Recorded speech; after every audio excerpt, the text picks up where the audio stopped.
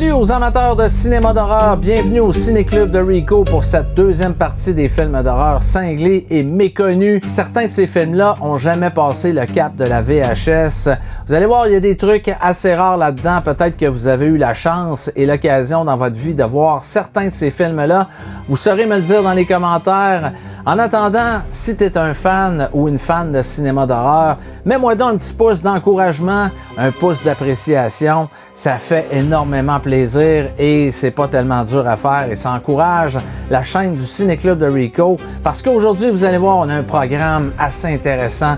On va parler d'un slasher typique des années 80 réalisé par le maître des films de Cannibal, qui a fait entre autres Cannibal Holocaust, et je parle de Ruggero Deodato. On va voir le comédien Aldo Ray qui a joué dans des très grands films au cinéma et qui a fini sa carrière dans des nanars, joué au tueur en série en terrorisant des visiteurs dans la prison d'Alcatraz. On va explorer deux adaptations fantaisistes assez peu connues de l'histoire de Frankenstein. Une réalisée par le réalisateur français Alain Jézouat avec Jean Rochefort et Eddie Mitchell, et l'autre par le réalisateur québécois Jean-Claude Laure. Finalement, une histoire de loup-garou avec une icône déchue des années 80 et qui met en vedette Thor, pas le héros de Marvel, mais un berger allemand. Tout ça dans un instant au Ciné-Club de Rico.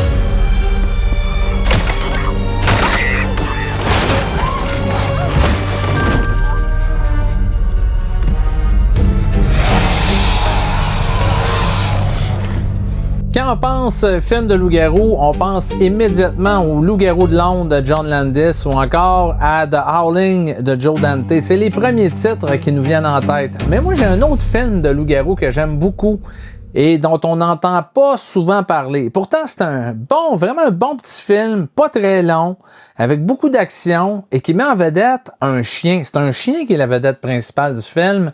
Bad Moon, qui est sorti en 1996, réalisé par Eric Red. Eric Red, c'était le scénariste du fameux film avec Rutger Hauer, The Hitcher, qui avait été un gros succès. Et après ça, il est passé à la réalisation. Il a fait quelques films intéressants, dont celui-là, et il a fait également Body Parts. Donc, Lune de sang, nous, le titre au Québec en français, c'était Lune de sang. En France, c'était Pleine Lune. Ça met en vedette Michael Paré, qui est un acteur qui a eu beaucoup de succès dans les années 80. Au début de sa carrière, il a joué dans 3 films qui l'ont fait connaître et qui l'ont propulsé parmi les espoirs les plus importants du cinéma américain. Il y avait notamment Les Rues de Feu de Walter Hill. Il y a eu Les Rues de Feu, c'était sensationnel, c'était extraordinaire. C'est un des très bons Walter Hill. J'adore ce film-là, avec en plus la magnifique Diane Lane qui joue là-dedans. Et Willem Dafoe, un film qui a été tourné entièrement en studio. C'est un film de gang de rue un peu, avec un look rétro. C'était super bon. Et Michael Paré défendait bien le premier rôle dans ce film-là. Il a joué dans Eddie and the Cruisers, un film dans lequel il jouait une vedette du rock. Et il a joué dans Philadelphia Experiment. Et après ces films-là, il va commencer à avoir du succès, il va supporter assez mal le succès, sa carrière va en souffrir par après, il va jouer évidemment, on va le retrouver ici et là dans quelques rôles. Il va avoir quand même une carrière au cinéma, mais il ne deviendra jamais la grosse vedette qu'on s'attendait qu'il devienne. Donc, avec Pleine Lune, on le retrouve avec bonheur, c'est un acteur que j'aimais bien quand même, et il joue là-dedans un homme qu'on retrouve au début dans une expédition au Népal. Il s'appelle Ted Harrison et sa compagne Marjorie sont dans un voyage au Népal et pendant qu'ils sont en train de faire l'amour dans la tente, il y a un loup-garou qui attaque le village où ils ont pris pied. Et là, tout le monde se fait tuer, incluant Marjorie qui se fait attaquer par le loup-garou. Et en essayant de la défendre, Ted se fait mordre par le loup-garou. il va réussir à tuer le loup-garou, mais on se doute de ce qui va arriver. Il va devenir lui-même un loup-garou. Donc, il y a une ellipse, ça se passe un peu plus tard. On retrouve la sœur de Ted, qui est une avocate, qui est divorcée, qui vit seule dans une maison à la campagne avec son fils qui s'appelle Brett, et un berger allemand qui s'appelle Thor. Parce qu'il faut le dire, le film est basé sur une nouvelle qui s'appelait Thor. Thor, dans le fond, c'est le personnage principal et il n'y a rien à voir avec le dieu du tonnerre qu'on voit dans les Avengers. C'est un chien berger allemand qui s'appelle Thor et là-dedans, c'est lui la vraie vedette du film. Donc, Ted sait qu'il est en train de subir une malédiction, il essaie de contrôler ça, mais évidemment, quand il y a la pleine lune, il se transforme en loup-garou, il se met à tuer plein de monde et il va décider d'aller rendre visite à sa sœur. Je suis pas sûr que c'est une bonne idée, mais bon. Lui, il pense que l'amour familial va l'aider à venir à bout de la malédiction qui pèse sur lui. Et le soir, lui, il vit dans une roulotte, il y a des menottes, il s'attache à un arbre pour justement éviter de pouvoir faire du tort à d'autres personnes. Mais rapidement, le chien de sa sœur va renifler le danger. Très rapidement, le chien sent qu'il y a quelque chose qui est pas normal, que ce gars-là a quelque chose de spécial. Et un soir, le chien va sortir et va trouver Ted transformé en loup-garou attaché après l'arbre. Et là, le chien va vouloir défendre le nid familial. Évidemment, il va vouloir essayer d'avertir sa maîtresse que Ted est rendu un loup-garou. Et Ted, plus ça avance dans l'histoire, plus la malédiction a de l'emprise sur lui. Son caractère commence à changer, il devient de plus en plus dangereux pour sa sœur et son neveu. Donc, le chien, tout le long du film, va essayer de défendre sa maîtresse, le petit garçon. Ça donne un film le fun. Moi, j'ai trouvé ça super plaisant comme film, d'autant plus que c'est un film qui est pas très long. Ça dure 1h20, donc ça s'écoute bien une fin de soirée. Si ça vous tente d'écouter quelque chose, il y a de l'action, il y a de l'horreur en même temps. L'horreur est bien amenée, les transformations de loup-garou sont bonnes. Et Michael Paré est excellent là-dedans. Il amène un côté animal un peu à son personnage. Et c'est bon parce qu'il y a comme à un moment donné, un face-à-face entre lui et le chien, il se regarde, tu vois. On voit qu'il se dévisage un peu. On sent la dualité entre deux animaux qui se regardent, qui s'étudient. Il fait très bien passer ça à l'écran, Michael Paré. C'est celle qui fait sa sœur, c'est l'actrice Marielle Hemingway. Elle est très, très bonne là-dedans aussi. Elle joue bien la mère de famille qui doit défendre son foyer. Il y a de l'action tout du long. À la fin, évidemment, c'est la grande confrontation finale avec la famille et le loup-garou. Mais les personnages sont bien campés. En 1h20, on a le temps justement de bien connaître ces personnages-là, de s'en attacher. On s'attache beaucoup, surtout à Thor, le chien, qui est vraiment extraordinaire, un berger allemand qui a été super bien entraîné et qui est magnifique dans ce film-là. C'est la vedette du film. Donc, c'est un peu un film de chien en même temps, un film de loup-garou. Et il y a beaucoup, beaucoup d'action, ça n'arrête pas. Un film d'1h20, on peut pas se permettre de mettre des longueurs là-dedans. Donc, Eric Red a fait un très bon travail pour condenser cette histoire-là en un film qui est très efficace et tout comme dans The Hitcher, c'était efficace aussi au niveau du scénario. Body Parts aussi, on sent que c'est quelqu'un au niveau de l'écriture cinématographique qui connaissait bien le genre et qui le maîtrisait parfaitement. Donc, Lune de sang, Bad Moon, très très bon film de loup-garou qui est pas souvent ramené dans les conversations quand on parle des bons films de loup-garou. Évidemment, il y a les grands classiques, mais celui-là, je trouve qu'il n'est pas assez souvent évoqué et c'est pour ça qu'aujourd'hui, je voulais le mettre à l'avant-plan. Donc, Bad Moon de Eric Red, un film de loup-garou à redécouvrir.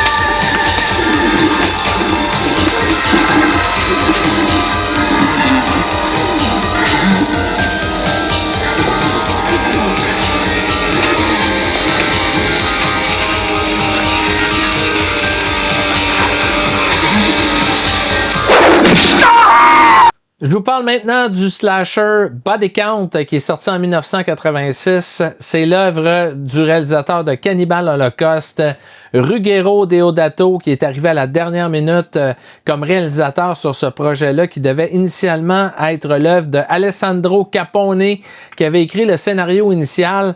Et on a décidé de changer d'idée. Les producteurs ont décidé de mettre le réalisateur à la porte. On a engagé un nouveau scénariste, Dardano Sacchetti, qui travaillait sur plusieurs giallo à l'époque et sur des films d'horreur italiens, qui a revisé le scénario et Ruggero Deodato est arrivé pour réaliser le film.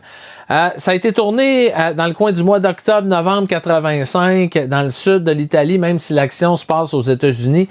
Donc, on voit que les conditions de tournage ont été difficiles. Il y a eu des intempéries, il y a eu des problèmes avec les conditions météorologiques et ça se voit un peu à l'écran. L'image est assez grise un peu. On voit qu'il y a eu de la pluie, qu'on est à l'automne. Donc, on voit que ça n'a pas été évident le tournage du film à l'écran. J'imagine qu'après avoir tourné des films de cannibales et différents films d'horreur, Ruggero Deodato avait envie d'essayer le slasher qui était super populaire dans les années 80. En fait, c'était le genre du cinéma d'horreur qui fonctionnait le plus et en vidéocassette, ça faisait fureur. Et on voit que c'est un film qui a été fait pour le marché de la vidéocassette. L'histoire du film, rapidement, et vous allez voir, je vais vous parler un peu du casting après parce que c'est un casting principalement américain, même si c'est un film italien. Ça se passe aux États-Unis, dans un camping perdu au fond des bois. Et là, au début du film, on voit un jeune couple qui est abattu par un assassin mystérieux qui sort d'un peu nulle part. Il a l'air d'un vieux chaman. Et on va apprendre que sur ce terrain de camping-là, qui est la propriété de Julia et Robert, Julia Roberts, mais il s'appelle vraiment Julia et Robert. Donc Robert qui est joué par l'acteur David S. qui avait travaillé déjà avec Ruggero Deodato sur La maison au fond du parc. Ici, il fait le propriétaire du camping. Il a un jeune fils qui s'appelle Ben qui va être témoin du meurtre du couple en question. Donc, ils vont décider de fermer le camping, puis le camping était le lieu d'un cimetière indien. C'est pour ça qu'il y a un chaman qui hante les lieux, puis qui assassine des gens qui essaient de s'aventurer sur ce territoire-là. Donc, Robert va fermer le camping pendant des années. Il va poser des pièges aux grandes dames du shérif qui l'avertit que c'est quand même dangereux de mettre des pièges sur ce terrain-là, qu'il y a peut-être des gens qui pourraient se prendre dans ces pièges-là. J'ai dit de ne plus placer de pièges dans la forêt, quelqu'un va se blesser. Je fais ça dans ma propriété, sur mes terres. Je fais ce qui me plaît et si quelqu'un se blesse, tant pis pour lui. Alors, 15 ans plus tard, on a Ben qui est rendu un jeune adulte qui étudie à l'université. Il va décider de venir passer le week-end avec ses amis, avec ses potes, sur la propriété de ses parents. Robert est pas fou de l'idée, hein. Il sait que c'est dangereux, que le chaman est toujours dans le coin. Mais finalement, son fils va le convaincre, va dire, bon, ok, mes amis vont rester avec moi, on va s'amuser, ça va être le fun, on passe la fin de semaine. Finalement, il accepte que les jeunes passent le week-end là-bas. Évidemment, on se doute bien que ça va mal tourner, hein. Les jeunes commencent à explorer le coin. Il y a entre autres une expédition dans les montagnes qui va mal tourner, un jeune qui commence à faire de l'alpinisme et il va arriver face à face avec le fameux chaman. Il y a un lieu commun qui va revenir souvent dans le film. Il y a beaucoup d'actions qui se passent dans cet endroit-là. C'est la bâtisse où les gens allaient prendre à l'époque leur douche. Donc, on va voir une couple de scènes de nudité là-dedans où les actrices vont se dévêtir pour aller prendre une douche. Et il arrive toujours un malheur après. Hein? On va trouver des cadavres, le tueur arrive, il arrive toujours quelque chose. Bon, c'est les codes du slasher. On est au courant, on sait quand ça va arriver. Hein? Quand les filles commencent à se dénuder, c'est pas long que le tueur arrive. Le film est assez généreux en meurtre de tout genre. Il y a le tueur qui... un peu tout au long du film, va assassiner un après l'autre les jeunes. Ce qui est toujours drôle un peu dans un slasher, c'est que ils disparaissent tout un peu à mesure que le film avance, mais ça n'empêche pas les jeunes d'avoir du fun pareil. On dirait qu'ils se posent pas la question, comment ça fait qu'il est plus là? ou comment se fait qu'elle a disparu. Bah, c'est pas grave, on fait le party pareil, c'est pas la fin du monde. Donc, mais nous, on s'amuse quand même. C'est pas un mauvais slasher, c'est pas le meilleur du genre, mais quand même, c'est pas mauvais non plus. C'est quand même bien tourné dans l'ensemble. Il y a des bons kills. Il y a une distribution qui est principalement américaine, je l'ai dit tantôt. Mimsy Farmer, David S. Aussi l'acteur Charles Napier qui joue le shérif là-dedans et qui sauve pas grand monde finalement. Le shérif, il n'empêche pas grand monde de mourir. Il est là surtout pour cocufier le personnage de David S. Parce que le shérif est en amour avec sa femme. Le shérif est en amour avec Julia. Donc, ils ont une aventure ensemble et David S. est au courant. Donc, on sent que c'est pas l'amour entre le shérif et Robert. Donc, ils s'aiment pas bien. Le film, évidemment, ça a tous les attributs d'un slasher conventionnel des années 80. Il y a une bonne trame sonore de Claudio Simonetti qui avait signé beaucoup de trame sonore de Giallo à l'époque. Donc ici, il signe la trame sonore de ce film-là. C'est un film qui a eu un bon petit succès en vidéocassette et étonnamment, il n'y a pas eu beaucoup de... En tout cas, je pense qu'il y a eu un bootleg qui a dû sortir à un moment donné en DVD ou peut-être en Blu-ray, mais il n'y a pas d'édition digne de ce nom de ce film-là. Alors qu'il y a beaucoup d'amateurs de films d'horreur qui souhaiteraient une édition genre Arrow Video de Body Count. On va souhaiter que ça arrive et je ne sais pas pourquoi, c'est peut-être encore une question de droit d'auteur. Des fois, c'est ça un peu qui retient la sortie d'un film en médium physique. Donc, moi, j'ai la vidéocassette qui était sortie au Québec à l'époque et ma vidéocassette fonctionne très bien. D'ailleurs, les images que j'ai montrées du film sont tirées directement de ma vidéocassette. Donc, on va souhaiter un jour peut-être une sortie, si on est chanceux, de Body Count version Arrow Video. Ça serait intéressant avec des bonus, avec plein de bons matériels supplémentaires. Pour l'instant, on doit se jeter sur des vidéocassettes ou encore sur des bootlegs, DVD ou Blu-ray. Donc, ça, c'est la version française. C'est un slasher le fun que je vous recommande. Si vous ne l'avez jamais vu et que vous êtes un fan du genre, ben, ça vaut la peine de jeter un œil sur Body Count.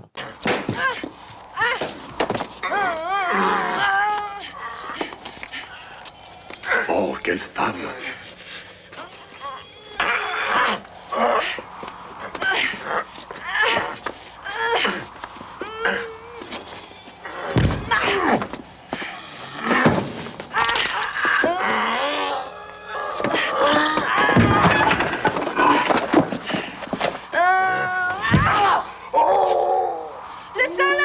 Bon, tiens, je vais vous parler d'un autre film de Frankenstein. Cette fois-ci, Frankenstein 90, un film qui est sorti en 1984, tourné par le Français Alain Jézua. C'est un film qui met en vedette le comédien Alain Rochefort, que j'adore. Hein? Il est superbe, Alain Rochefort, dans tous les films qu'il fait, et celui-ci inclus. C'est un film complètement délirant. C'est une comédie horrifique, hein, parce que ça se qualifie pas comme un film d'horreur. C'est pas épeurant. Il y a quand même des thématiques d'horreur là-dedans. C'est l'histoire de Frankenstein, mais modernisée. Là-dedans, Jean Rochefort joue Victor Frankenstein, un des nombreux descendants de la famille Frankenstein. Et tout comme ses ancêtres, il mène des recherches pour essayer de donner vie à un cadavre. Hein. Il veut rabibocher un corps humain avec des différents morceaux et donner vie à ce corps-là. Mais la différence, c'est que cette fois-ci, il veut glisser un petit cerveau électronique dans le corps recomposé de la créature qu'il va faire. Donc, l'idée de ça, c'est de lui enseigner des choses avec l'aide d'un ordinateur, hein, de lui apprendre comment, entre autres, comment manger, comment avoir des bonnes manières, lui apprendre à parler différentes langues. Donc, il veut utiliser un peu la technologie pour parfaire un peu ce que ses ancêtres ont fait dans le passé. Le film débute avec Victor Frankenstein qui est déguisé. Ça commence presque comme un film à la Mission Impossible. Il est déguisé, il a un masque, il rentre dans un laboratoire où on fait des études un peu sur l'anatomie humaine. C'est un laboratoire où sa copine Elisabeth travaille. Elle n'est pas au courant que lui fait ces expériences-là. Il fait ça en toute clandestinité. Donc, il s'en va voler un bras qui lui manquait pour reconstituer la créature qu'il veut faire. Et c'est drôle le début du film, hein? Il essaye de sortir de là, il y a un chien qui essaye d'y arracher le bras.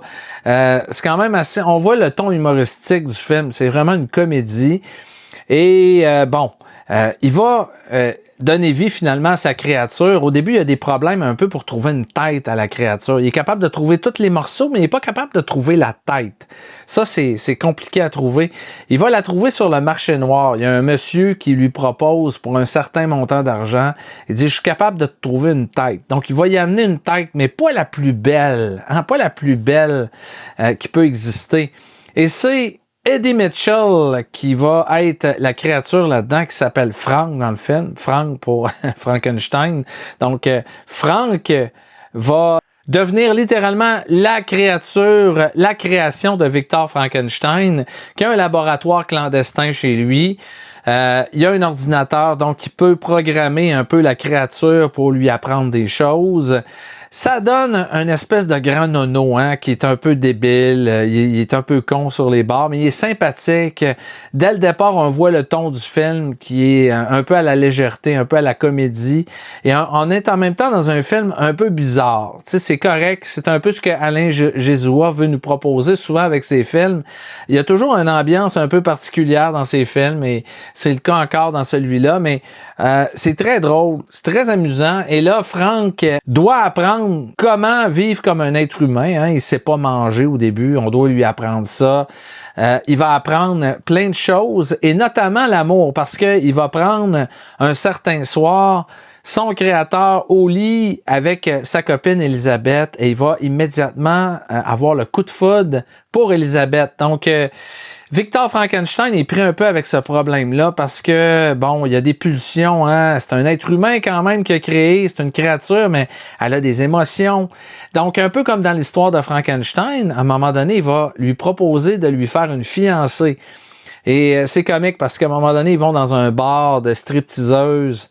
Et là, il magasine, hein? Il dit, bon, ça prend la tête de celle-là, avec les jambes de celle-là, avec les bras de celle-là. Finalement, Frank les kidnappe, toute la gang, il va toutes les tuer puis les amener à son créateur. Tiens, fabrique-moi la fille de mes rêves avec ces morceaux-là. Donc, ça devient un peu en même temps, vous voyez un peu, c'est une comédie horrifique. C'est de l'humour noir un peu. Et il va créer une créature qui s'appelle Adélaïde, une super sexy créature qui détonne un peu avec le modèle masculin parce que lui est très laid et elle est très, très sexy. Et si Frank tombe amoureux d'Elisabeth, eh bien, Adélaïde va tomber amoureuse folle de Victor Frankenstein. Elle veut coucher avec son créateur. Donc, vous voyez, ça donne lieu à toute une espèce de chassé-croisé amoureux, cette histoire-là. C'est assez spécial. Évidemment que Frank va attirer l'attention, non seulement à cause de son look un peu bizarre, mais en même temps, ça va donner lieu à toutes sortes de situations, notamment une scène où il apprend à conduire, il va avoir un cas de rage au volant, qui va mener Frank dans une situation où il va se fâcher et on va voir toute l'étendue de sa force à ce moment-là. Tu veux que je finisse de t'arranger? Arrêtez! La lâchez pas! La lâchez pas! Franck revient! On fait à plusieurs reprises dans le film des hommages au vieux film de Frankenstein. Évidemment qu'on évoque la créature de Boris Karloff à un certain moment du film parce que Frank va aller dans le château familial et il va découvrir des vieux livres. Il va voir évidemment l'image et la tombe de la créature qu'avait créé le vieux professeur Frankenstein. Ils vont à un moment donné à un certain point aussi au cinéma et ils vont regarder un film qui met en vedette la créature de Frankenstein. Donc, on fait référence quand même aux vieux films, aux vieilles histoires, mais quand même modernisé dans cette histoire-là qui est super le fun, c'est bien réalisé, c'est drôle, les comédiens sont bons et Eddie Mitchell est super sympathique. Hein? On voit que la créature évolue à mesure que le film avance. Il devient de plus en plus raffiné. À la fin, il va même devenir une espèce d'homme d'affaires qui parle plusieurs langues. Donc, c'est intéressant, de voir un peu les tournures que Alain Jézua a donné à cette histoire-là. Et c'est le fun aussi, tous les petits clins d'œil qu'il y a là-dedans. On sait que ceux qui connaissent un peu le cinéma français, on sait que Jean Rochefort et Jean-Paul Belmondo étaient de très grands amis. Et d'ailleurs, Jean Rochefort se permet un petit crochet à son ami Belmondo quelque part dans le film. Mais t'es pas beaucoup plus mal que l'acteur de cinéma Belmondo. Qui est-ce? Je te souhaite d'avoir autant de succès que lui. Alors, un super beau film. Moi, j'ai une édition VHS de Frankenstein 90. Je sais pas si le film est sorti vraiment en DVD Blu-ray. Je suis pas certain. Assurément que c'est un film qui mériterait une belle sortie 4K. Moi, je serais vraiment preneur, mais ma VHS est en très bon état. D'ailleurs, les images que j'ai sorties pour vous sont tirées de cette VHS-là. Film que j'ai beaucoup aimé, que j'ai regardé quelques fois et que je trouve ça super sympathique. Je pense que c'est une belle nouvelle adaptation un peu de l'histoire de Frankenstein. On trouve des nouvelles façons un peu de nous raconter cette histoire-là. Et là, on le fait avec humour, différemment de ce que Mel Brooks avait fait avec Frankenstein Junior. Mais quand même, je trouve que ça a une saveur quand même. C'est un film français, donc ça a la saveur du cinéma français, avec un Jean Rochefort qui est toujours excellent. Et Eddie Mitchell qui fait une créature qu'on n'oubliera pas. Il est vraiment ultra sympathique là-dedans.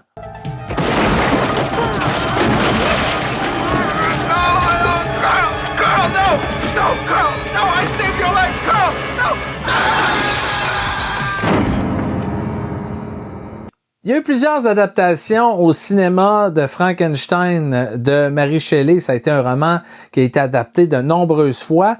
Parfois fidèlement, ça a été le cas de l'adaptation notamment de Guillermo del Toro l'année dernière, qui avait pris quelques petites libertés, mais qui, dans l'ensemble, était assez fidèle au roman d'origine. On pense aussi au film de Kenneth Branagh avec Robert De Niro, qui était très fidèle également au roman de Mary Shelley. Mais il y a des œuvres cinématographiques qui s'en sont tout simplement inspirées, qui ont pris des libertés quand même assez importantes par rapport à l'œuvre originale. Et c'est le cas de Frankenstein 88, qu'a réalisé le Québécois Jean-Claude Lard en 1986. Le film est connu davantage par son titre anglophone The Vindicator. Le film met en vedette le professeur Carl Lehman qui travaille dans une société qui s'appelle ARC. Il travaille à développer une combinaison spatiale nouvelle génération dans un laboratoire secret de haute technologie qui est dirigé par un scientifique un peu fou aux ambitions démesurées qui s'appelle Alex White.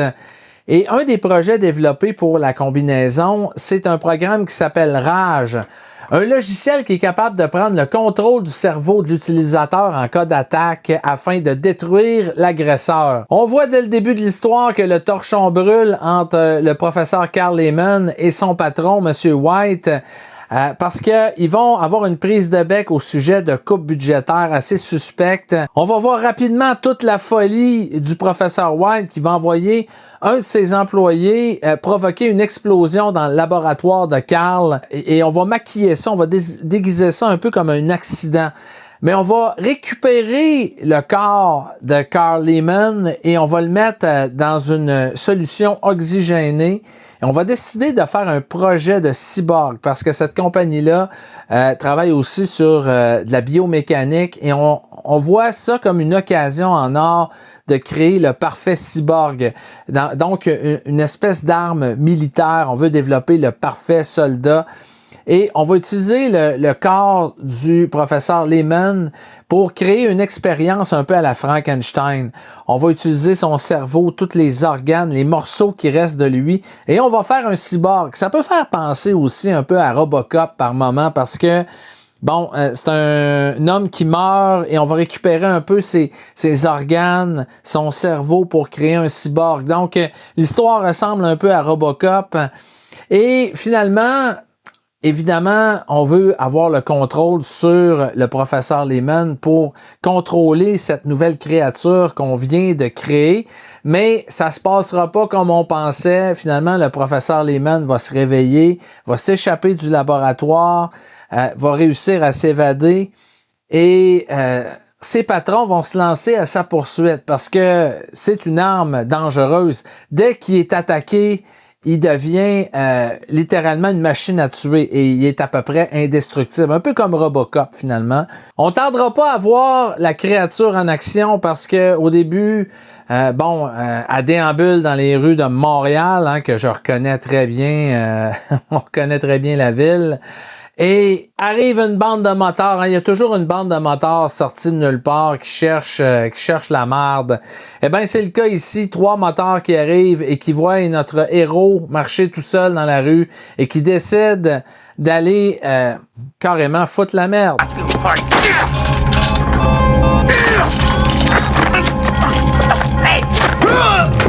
What the hell? Come on, you fucker!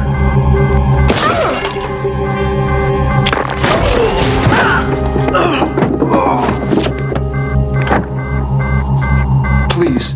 Hey. Please. I didn't do nothing. Please.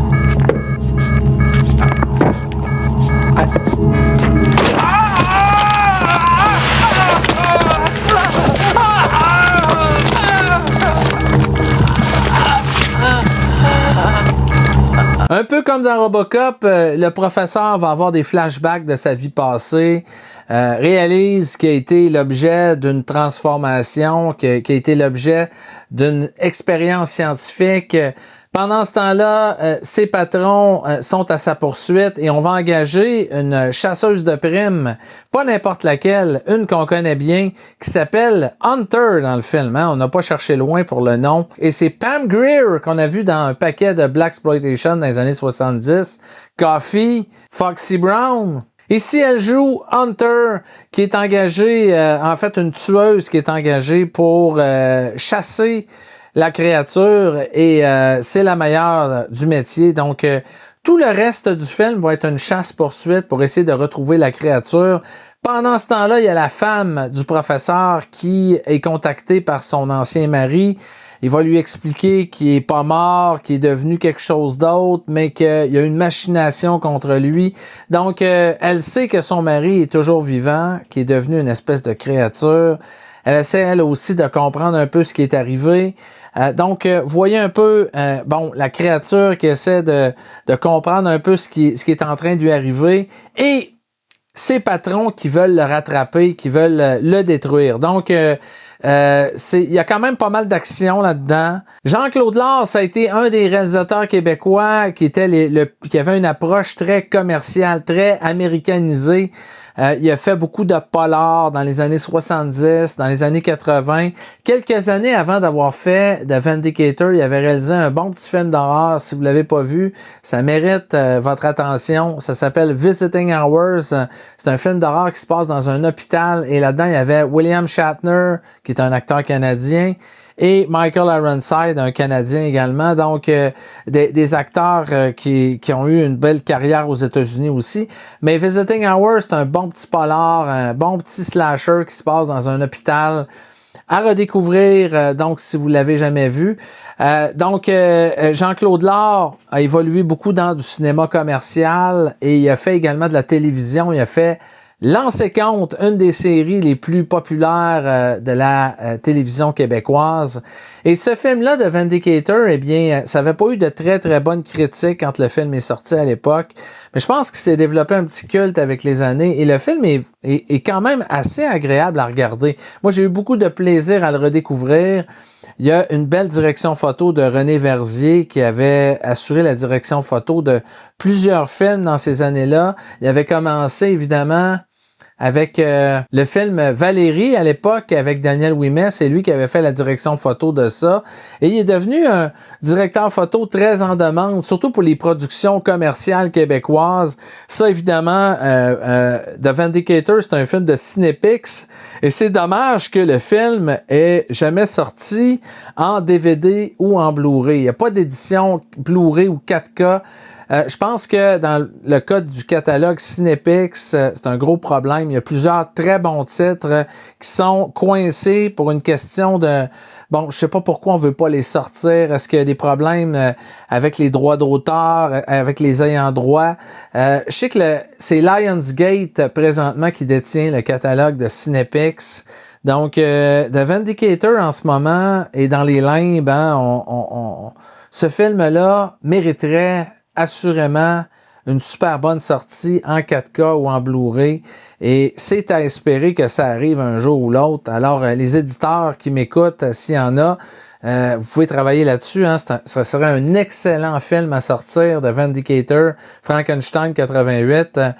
Évidemment, le film, hein, c'est un film un peu d'action, il y a un peu d'horreur aussi au travers de tout ça, parce qu'on reprend un peu des thématiques, on mélange un peu les thématiques des films d'action, des films d'horreur là-dedans. C'est une grosse chasse-poursuite, il va y avoir des scènes, même dans les égouts de la ville, on essaie de rechercher le personnage qui s'est caché.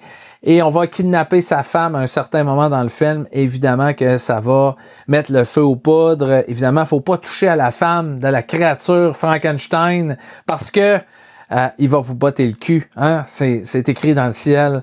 Et la finale est assez spectaculaire. Ça se passe dans un laboratoire et on va créer d'autres créatures un peu comme lui. Et il va y avoir un affrontement à la fin du film dans le laboratoire avec plusieurs créatures qui vont se battre. Ça donne un film, le fun, intéressant, qui est très beau visuellement. Les effets spéciaux sont pas dégueulasses non plus. Hein? C'est du practical effect, mais c'est très bien fait. Moi, j'ai beaucoup aimé. On faisait du bon cinéma de genre au Québec dans ces années-là, hein, dans les années 70-80.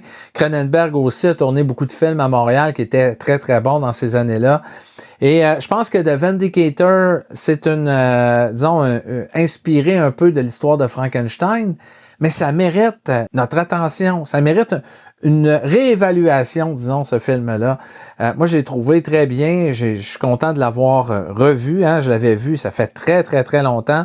Et pour l'occasion de cette chronique, j'ai eu à me le retaper. Et mon Dieu, ça a été une belle redécouverte. Qui est là?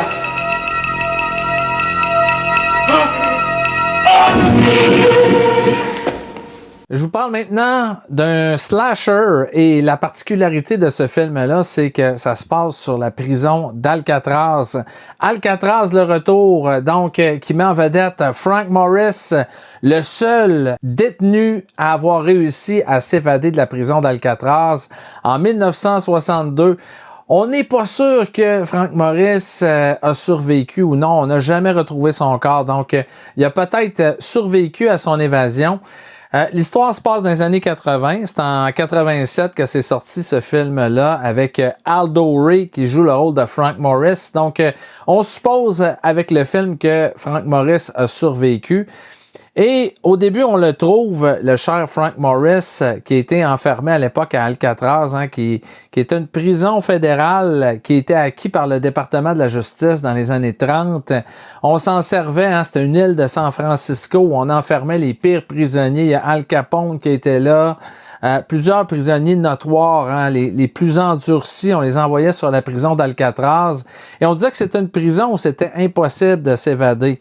D'ailleurs, il y a un film qui a été réalisé par Don Siegel qui est sorti en 1979 sur Frank Morris avec Clint Eastwood et je vais vous en reparler. On y fait référence dans ce film-là. Hein? On parle du film avec Clint Eastwood, évidemment. On raconte l'histoire de Frank Morris qui a réussi à s'évader. C'est le seul qui a réussi à s'évader d'Alcatraz. Donc, c'est super fascinant, le film de Don Siegel, la manière chirurgicale dont on nous montre s'échafauder le plan d'évasion. Et Frank Morris qui va s'évader avec 2 autres prisonniers. Clint Eastwood qui est superbe dans le film. C'est vraiment monté, là, c'est excitant la manière dont le film est amené. Donc, Escape from Alcatraz, qui à mon avis est vraiment un des meilleurs films du genre. Et ça n'a rien à voir avec le film dont je vous parle aujourd'hui, qui est plutôt un genre de navet sympathique, là. Mais fallait que j'en fasse référence parce que, évidemment, on en parle dans ce film-là. On fait également référence à un autre film parce que on va évoquer des prisonniers célèbres qui ont été à Alcatraz. Et on parle évidemment de Al Capone, mais on parle également de Robert Stroud, qui a été incarné ici par Burt Lancaster dans The Birdman from Alcatraz, réalisé par John Frankenheimer en 1962. C'est superbe aussi, ce film-là. Une belle étude de personnage. Un prisonnier qui était irrécupérable, mais il s'occupait des oiseaux. Hein? Il y avait des oiseaux dans sa cellule et on lui avait donné à un certain moment la permission d'avoir des oiseaux dans sa cellule. Il était devenu une espèce d'ornithologue. Donc, c'est intéressant l'histoire de Birdman from Alcatraz avec Burt Lancaster qui est excellent là-dedans. Et évidemment, on y fait référence là-dedans. Tout comme on fait référence à Al Capone qui était un des prisonniers célèbres. Donc, je reviens à l'histoire qui nous intéresse aujourd'hui, Alcatraz, le retour. Donc, on suppose que Frank Morris a survécu. Maintenant, il est rendu âgé. Il y a les traits de l'acteur Aldo Ray, vieil acteur américain qui était rendu alcoolo, hein, qui a eu une belle carrière à l'époque, qui a travaillé avec des grands réalisateurs comme Michael Curtiz, Anthony Mann. Il a travaillé avec des grands réalisateurs. Mais dans les années 70, il s'est mis à picoler pas mal. Il y avait des problèmes de boisson. Il était rendu difficile à gérer sur les plateaux de tournage. Et il a sombré vraiment dans des productions de moins bonne qualité. Alcatraz, le retour, ça s'inscrit un peu là-dedans, malgré le fait que c'est une histoire un peu décousue. Il joue un personnage qui est vraiment pas sympathique là-dedans. Le film se laisse regarder quand même comme une espèce de curiosité un peu bizarroïde, là. Ça fait bizarre un peu de voir Aldo Ray dans le rôle de Frank Morris qui est présenté là-dedans comme une espèce de tueur en série. OK, on commence le film, on est dans une chambre d'hôtel, on fait la connaissance de notre bon vieux Frank Morris qui est rendu âgé. Il avait 60 ans quand il a tourné ce film-là, Aldo Ray, mais il a l'air d'en avoir 75. Et c'est un vieux papy, hein, qui est avec une blondinette dans une chambre d'hôtel. Il réussit à s'enfermer dans la salle de bain. Hein. Il a réussi à s'évader d'Alcatraz, mais il n'est pas capable de sortir de la salle de bain. Ce qui provoque les moqueries de sa copine qui trouve ça pas mal drôle, et nous aussi. La serrure est coincée, bordel de bordel! Ouvre cette porte, t'entends?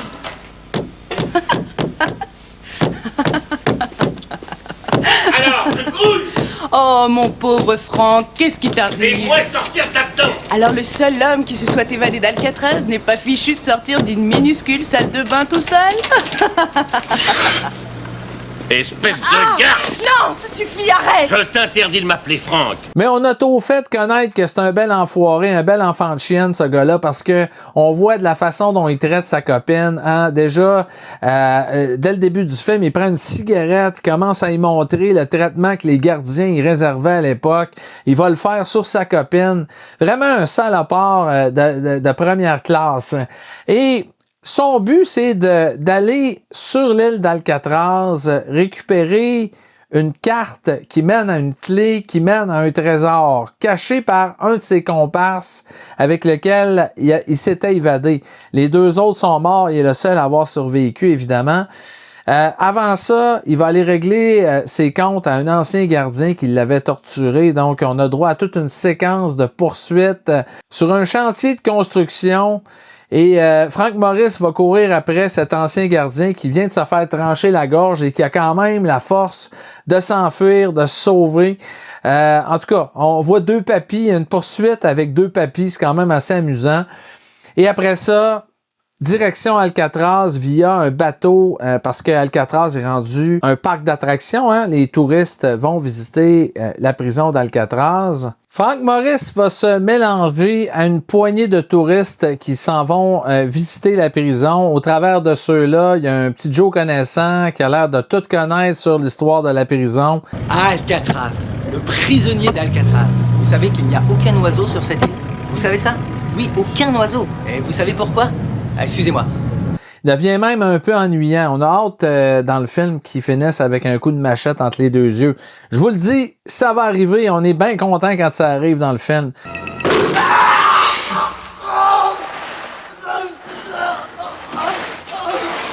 Un genre de fraîchier qui connaît à peu près tout. Là. Un Google avant son temps. Vous qui savez tout, alors expliquez-moi.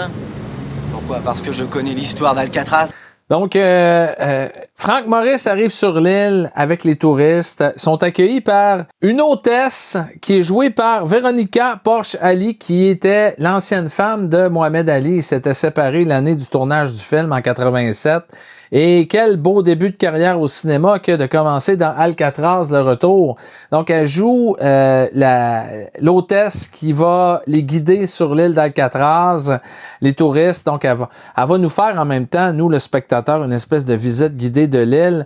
Au travers de tout ça, évidemment, on va évoquer Frank Morris, on va évoquer le film avec Clint Eastwood, Birdman from Alcatraz également. On va parler de toutes les histoires légendaires d'Alcatraz, des évasions qu'il y a eu, des tentatives d'évasion. Et bon, les touristes visitent la prison. Et le petit Joe connaissant va s'apercevoir qu'il y a un monsieur qui a l'air un peu bizarre. Frank Morris, pour ainsi dire, hein, qui est habillé avec un trench coat et un chapeau. Il a l'air d'un détective. Il n'a pas choisi peut-être l'accoutrement idéal pour passer inaperçu. Donc, il s'aperçoit que Frank Morris n'est plus dans le groupe et qu'il est sur Alcatraz. Certain que c'est lui. Qui ça, lui? Maurice. Ah, où est-il? Dans l'autre pièce. Oh, merde. Bah, c'est bien ça, t'es complètement Je taré. vous dis qu'il est à côté. Il suppose que Frank Morris est vivant et qu'il est parmi eux. Donc, il essaie de convaincre les autres autour de lui qui pensent tous qu'il est un peu fou. De retour sur le bateau, il va réussir à convaincre ses amis. Ils vont retourner à San Francisco et ils vont décider comme ça de dire on devrait retourner sur l'île d'Alcatraz pour se faire un party toute la gang. Très bien, nous sommes tous d'accord. Nous allons partir à nouveau sur l'île, ok? Mais doit-on tous y aller? Et pourquoi? Tu veux peut-être y aller tout seul? Oui, d'accord, on y va tous. Alors, qu'est-ce qu'on fait? On peut s'attirer pas mal d'ennuis. Et alors, qu'y a-t-il là-bas? Un garde forestier, quel ennui on pourrait avoir? Ouais, mais comment va-t-on s'y prendre? J'ai ce qu'il faut pour y aller. Et nous, on aura Alcatraz à nous tout seuls. Ça va être la fête au bloc disciplinaire. Ça peut être marrant. Quelle idée ridicule. Donc, c'est l'idée maîtresse de ce slasher un peu improvisé. Donc, ils vont décider d'aller sur un bateau par eux-mêmes, les touristes, fêter sur l'île d'Alcatraz en toute clandestinité. Donc, il arrive là et Frank Morris, qui est en train de chercher sa carte au trésor, ça ne tente pas trop de se faire ennuyer par une gang de touristes qui ont décidé de faire le party là-bas.